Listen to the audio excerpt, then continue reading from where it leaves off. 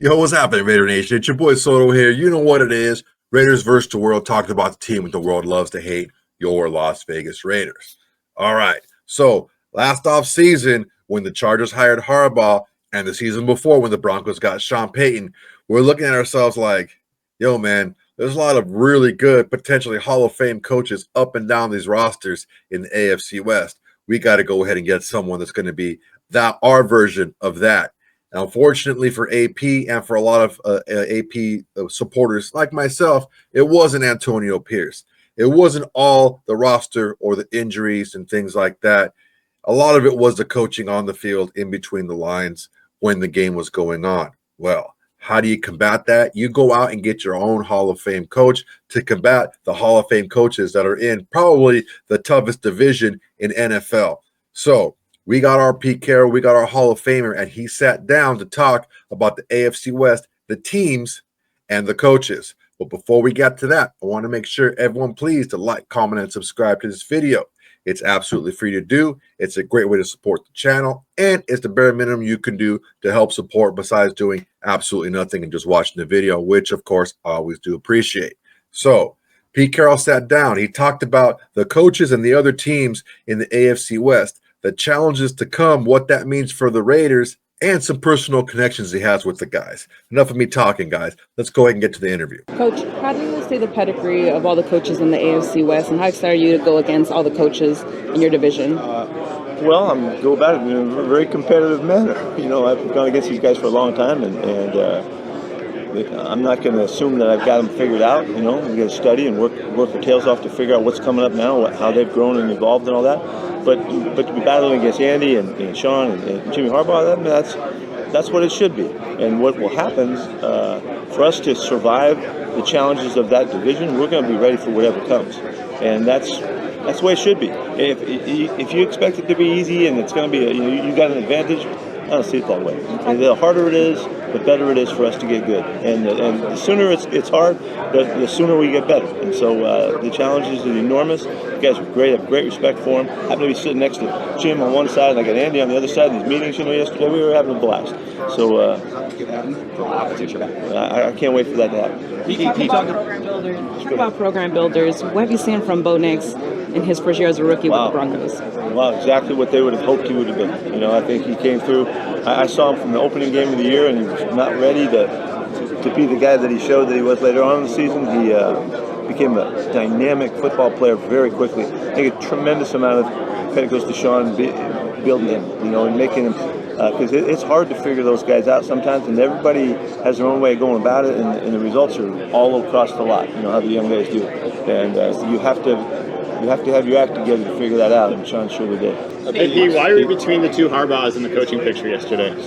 What do you mean? What are you worried about that? I was just curious if that was I like those guys. Those guys are great football coaches. We've battled for years, and Jimmy more than John, but I like being around those guys. Well, Geno going into the final year of his contract, is there a desire to get him extended as well? We're working on it. Yeah, we're working on it. And G's excited to get going and get started. He'll be here when we get rolling, and but we are working on it. Yeah. Why is Ryan Paganetti going to for you? Pags is going to come in. Ryan Paganetti is going to come in and do a really fill in a really extraordinarily important role for myself personally. He's going to be working with me directly, as well as the offensive and defensive staffs.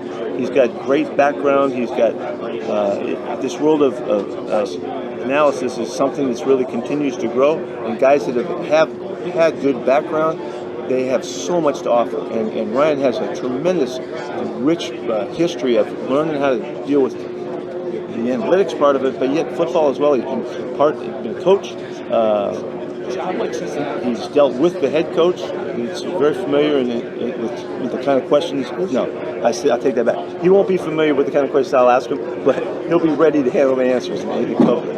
So I'm really thrilled that he came. We just got him a couple days ago, and we've already been going after him. Much of the stuff that he brings from the analytics world feels like it's going to be helpful to you, and how much of it feels like it's sort of science fiction at this point?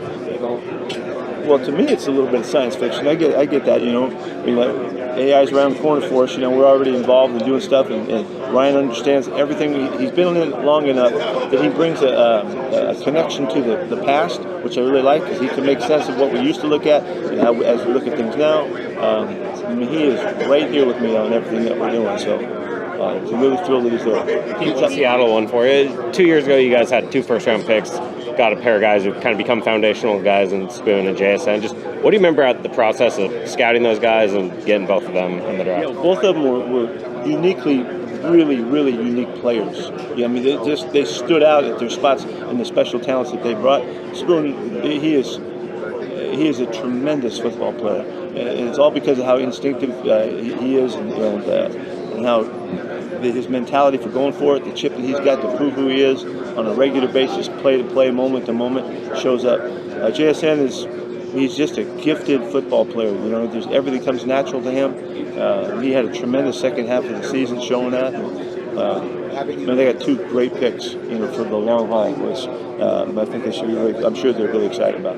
Good to see you, brother. You had an interesting Kyle Juszczyk. What was about him, even though as a fullback, what he did? Well, he's a very unique player, almost an iconic player in that position, fullback. I saw him for years. Had tremendous problems with what he offered, because of all of the things he could do. I think it's a great statement about Kyle figuring it out and how to utilize him in those past years. It could be a threat and an issue and a problem in a really effective manner, and so he's shown the league, he's really the guy to do all those things. Best of luck to him. What did you guys see in linebacker Christian Ellis, and were you surprised the Patriots matched that contract offer? He's a really versatile player, good player. We went after him. We like challenging that aspect of the process so that we can go about every single opportunity. We went into it, but they saw in him what we saw in him, and so they matched it up and kept it. Pete, I know that it's probably been a whirlwind for you, but how do you like Las Vegas so far? There's kind of a new frontier aspect to it, which probably fits with how you. Yeah, there is. Yeah.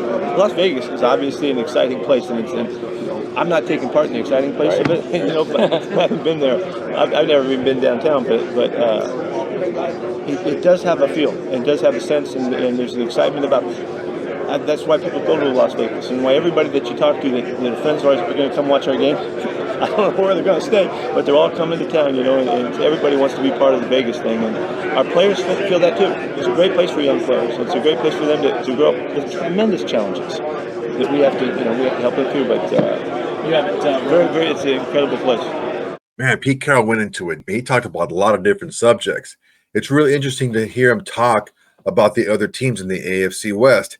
He really does have a lot of admiration for the other coaches in Andy Reid, Jim Harbaugh, and Sean Payton.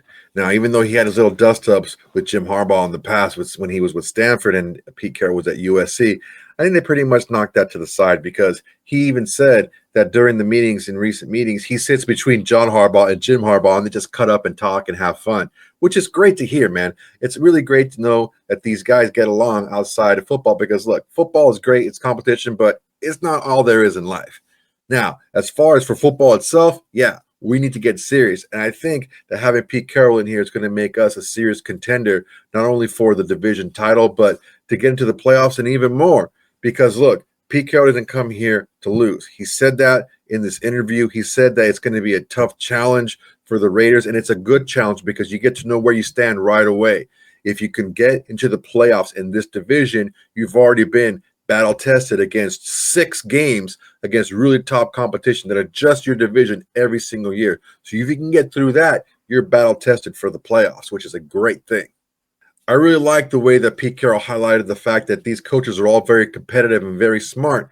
And it's really good to go back and look at some of the tendencies of the coaches of the past, but also know that these coaches are great coaches for a reason, and they're able to bring something new every single season, every single game when you face them. So Pete Carroll has, I think, something up his sleeve for these guys as well, knowing that these guys have to constantly evolve, and the good ones usually do.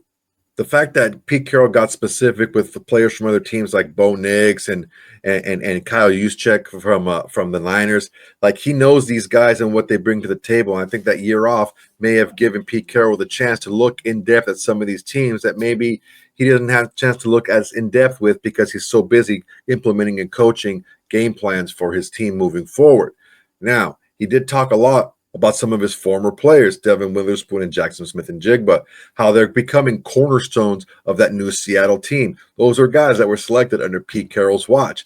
That's what he wants to do with this new team here with us, with the Las Vegas Raiders, is to select these cornerstone pieces of the offense and defense through the draft, not having to rely on free agency. I really do think it's going to be something that we could take a look at and really look back fondly in a few years of the Pete Carroll years for the Raiders. It's all good stuff, man. It's always nice to hear Pete Carroll and what he thinks about the competition. And I really like the fact that he feels it's tough competition, but it's competition that he's really looking forward to because he knows once they get between those lines, he's beat Andy Reid. He's beat Jim Harbaugh. He's beat Sean Payton. So he's not scared of any of these guys. And once you get on the field, we are no longer in a coaching disadvantage with Pete Carroll at the helm.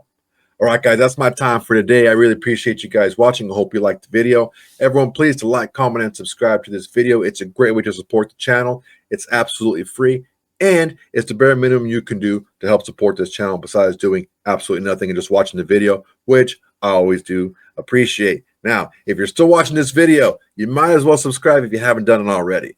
On top of that, if you've already subscribed to this channel, go ahead and share it to your socials, man. Go ahead and go to some Raider forums and be like, hey, man, listen to Raiders versus the World, man. It's the best thing going in Raider Nation. I want to bring you guys a video, at least one every single day. I'm trying my best to get it done, and I hope you guys like the content. That's my time for today, everybody. Until next time, peace. Hey, Raider Nation. Thanks for watching. There's plenty more where that came from. Go ahead and smash that like button. Drop a comment. Make sure to subscribe and share to all your socials. It's the bare minimum you can do without doing absolutely nothing.